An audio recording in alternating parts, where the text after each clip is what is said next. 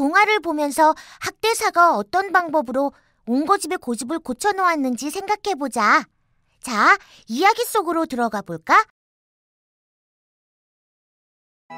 옛날 옛날에 옹달우물과 옹연못이 있는 옹진골 옹당촌에 옹고집이라는 사람이 살았어요. 그런데 옹고집의 성격이 얼마나 고약한지 마을 사람들 모두 혀를 내둘렀어요. 옹고집은 늙은 어머니를 모시고 살았어요. 그런데 어머니가 아파 누웠어도 약 한 첩 지어다 주지 않았어요. 게다가 추운 겨울날에도 어머니 방에는 불을 떼지 않았어요. 못된 심보를 가진 옹고집은 스님이 오는 것도 싫어했어요. 그래서 가끔 스님이 시주를 얻으러 와서 문을 두드리면 몸을 꽁꽁 묶어놓고 마구 때려서 내쫓았어요. 그래서 스님들은 옹고집 집 근처에는 얼씬도 하지 않았어요. 한편 월출봉 산속에 도사 한 분이 살고 있었어요. 도사는 귀신도 놀라 자빠진다는 도수를 부렸어요. 이 도사에게는 제자들이 많았는데 그중 가장 뛰어난 제자가 학대사였어요. 하루는 도사가 학대사를 불렀어요. 듣자 하니 옹당촌에 사는 옹고집이 스님들을 괴롭힌다고 한다.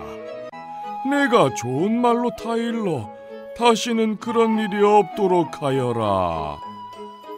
학대사가 도사의 분부를 받고 길을 나섰어요. 산을 내려간 학대사는 여러 마을을 지난 뒤 해질 무렵이 되어서야 옹고집의 집에 도착했어요. 학대사는 목탁을 두드리며 하인을 불렀어요. 잠시 후 늙은 하인이 살금살금 나오더니 조용히 말했어요. 스님, 이 집이 어떤 집인 줄 모르세요? 주인 나리가 알면 난리가 나니까 얼른 다른 집으로 가세요. 학대사는 눈을 감은 채 대꾸했어요. 어허, 옹고집은 스님들을 왜 그렇게 못살게 군단 말이오. 내 오늘 옹고집에게 그동안의 죄를 씻을 기회를 주기 위해 왔소이다. 주인에게 학대사가 찾아왔다고 전해주시오. 잠시 후 화가 잔뜩 난 옹고집은 학대사를 불렀어요. 학대사는 태연히 옹고집 앞으로 가 그동안의 잘못을 뉘우칠 기회를 주겠다면서 대신에 황금 10만 양을 시조하라고 했어요. 옹고집은 학대사의 말에 기가 막혔어요. 이 충놈이 나를 완전히 업신여기는구나. 당장 이놈을 묶어 볼기를 쳐라. 학대사는 하인들에게 꽁꽁 묶여서 곤장을 맞았어요. 하지만 학대사는 도술이 높아서 아무리 많이 맞아도 아프지 않았어요.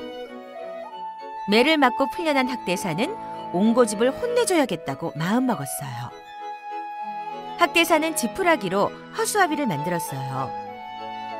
그런 뒤 입김을 보니 허수아비가 옹고집으로 변하는 게 아니겠어요? 가짜 옹고집은 생김새부터 행동거지까지 진짜 옹고집과 똑같았어요. 그런 가짜 옹고집이 진짜 옹고집의 대문을 열고 들어가 크게 외쳤어요. 이놈들아! 주인 날이 오셨는데 나와서 인사도 안 하느냐! 하인들은 놀라서 머리를 조아렸어요. 그때 방에 있던 진짜 옹고집이 고개를 내밀었어요. 그런데 자기와 똑같이 생긴 사람이 마당에 서 있는 게 아니겠어요? 가짜 옹고집은 진짜 옹고집과 눈이 마주치자 제가 먼저 하인들에게 호통을 치는 것이었어요. 아니, 저놈은 누구냐? 누군데 함부로 내 방에 들어가 있느냐 말이다. 당장 끌어내지 못할까? 진짜 옹고집은 정말 황당했어요. 하인들도 마찬가지였죠. 모두 이러지도 저러지도 못하고 있는데 옹고집의 아내가 재빨리 관하로 뛰어갔어요. 사또, 지금 내 남편이 둘입니다. 그중 누가 진짜인지 가려주십시오. 그게 무슨 소리냐?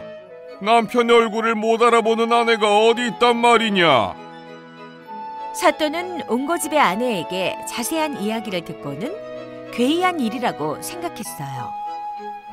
사또는 두 옹고집을 관하로 불렀어요. 그런데 두 옹고집은 서로 자기가 진짜라고 우겼어요. 제가 진짜이고 저놈은 가짜이옵니다. 네 이놈, 감히 어디다가 삿대질이냐? 사또, 가짜는 바로 저놈입니다. 사또는 고민에 빠졌어요. 두 사람은 얼굴에 난 점까지 꼭 닮았기 때문이에요. 그때 이방이 사또에게 집안 내력에 대해 물어보자고 말했어요. 두 옹고집은 들어라. 각자 자신의 재산은 얼마인지, 집안 내력은 어떻게 되는지 말해보아라. 먼저 진짜 옹고집이 대답했어요. 그런데 진짜 옹고집은 말을 더듬거리기만 할 뿐 옳게 말하지 못했어요. 그는 너무 게을러서 재산이 얼마인지도 몰랐고 집안 내력이 어떻게 되는지도 몰랐던 거예요. 그런데 가짜 옹고집은 집안 창고에 있는 감자의 개수까지 정확하게 말했어요. 더구나 집안 내력에 대해서도 막힘이 없었어요. 사또는 가짜 옹고집이 진짜라는 판결을 내렸어요. 결국 가짜 옹고집은 집으로 돌아가고 진짜 옹고집은 곤장을 맞고 마을에서 쫓겨났어요. 옹고집은 이곳저곳을 떠돌며 밥을 얻어먹었어요. 그제야 그는 자신이 그동안 얼마나 잘못했는지를 뉘우치기 시작했어요. 어느 날, 그날도 옹고집은 배고픔을 꾹 참고 잠을 청했어요. 그런데 어디선가 산새가 서글프게 울기 시작했어요. 옹고집은 고향에 두고 온 가족들 생각에 눈물을 글썽거렸어요. 그때 월출산 도사가 옹고집 앞에 나타났어요. 이보게, 왜 그리 슬피 우는가? 옹고집은 참회의 눈물을 뚝뚝 흘리며 그동안 있었던 일을 말해주었어요. 이 정도면 충분히 반성했다고 생각한 월출산 도사는 옹고집에게 부적을 한 장 주었어요. 이것을 가지고 집으로 돌아가게. 그러면 모든 것이 해결될 것이야.